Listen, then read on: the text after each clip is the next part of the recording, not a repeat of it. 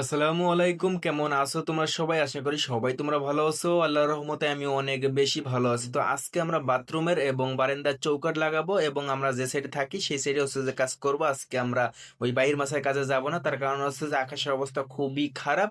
আজকে বৃষ্টি অলরেডি পড়তেছে টিপ টিপ করে, তো যে কারণে আমরা আজকে ওই সাইডে যাইনি, আমরা এই সাইডে হচ্ছে যে আজকে আমরা চৌকাঠ লাগাবো। আমরা যে বর্তমান বাথরুমের দরজাগুলো লাগাচ্ছি, তো সেগুলো খুবই সতর্কভাবে কাজ করতে হবে। যদি কোনো একটি ভুল হয়ে যায় তাহলে কিন্তু আমাদের যে সিটকিনিটা আছে ওইটা কিন্তু মেলবে না। খুবই সতর্কভাবে কাজ করতে হবে। কোনো জায়গায় হাতুড়ি দিয়ে বাড়ি দিলে হয়তো বা ভেঙে যেতে পারে। তাই যে কোনো কাজ করতে গেলে খুবই সতর্কভাবে আমাদেরকে আজকে করতে হবে। খুবই আস্তে ধীরে রিল্যাক্সে কাজটা করতে হবে এবং ভালোভাবে কাজটা করতে হবে। লেভেলটা ঠিক করতে হবে যাতে সিটকিনিটা মেলে। আর অনেকে ভাবতে পারেন যে এই দরজাগুলো লাগা খুবই সহজ, কিন্তু ভাই এই জিনিসটা লাগা এত সহজ না। এটা কিন্তু অনেক কঠিন একটি কাজ। যে সে কিন্তু এই কাজটা করতে পারবে না ভাই, দরজাটা মিলাইতে পারবে না। যে সে সিটকিনিটা যেটা আছে ওইটা কিন্তু সবাই মিলাইতে পারবে না ভাই। অনেকেই দেখা গেল যে অনেক সময় দেখা গেল যে চৌকাঠের সমস্যা থাকে, সেটা হচ্ছে যে সিটকিনি মিলতে চায় না, সেগুলো মিলাইতে হয় আমাদেরকে। নাহলে ভাই মেন জিনিস হচ্ছে আমাদের সিটকিনিটা যদি না মেলে তাহলে বাথরুমে যা যদি সিটকিনিটা না দিতে পারে তাহলে বাথরুমে গিয়ে কি দরজা খুলে রাখবে বলেন?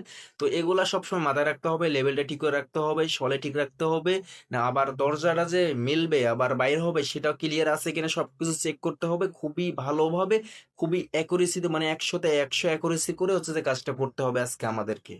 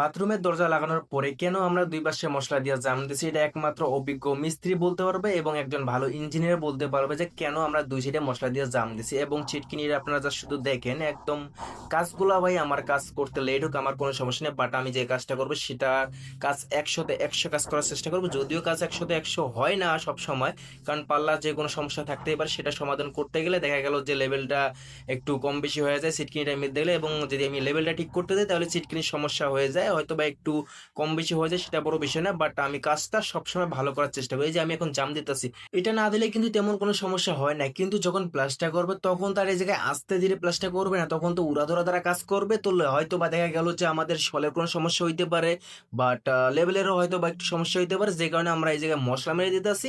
মশলা মারলে কি হলো যে আমাদের পাল্লাটা একদম 100তে 100 ওই জায়গায় বসে গেল, আর এই জায়গায় পাল্লা নড়ার কোনো চান্স থাকে না। আমরা যেভাবে লাগিয়ে রাখবো সেভাবেই থাকবে সারা জীবন। তো যে কারণে এভাবে হচ্ছে যে আমরা মশলা মেরে দিলাম দুই সাইডে। তোমরা যারা এইসব কাজ করো তোমরা অবশ্যই চেষ্টা করো ভালোভাবে কাজ করার।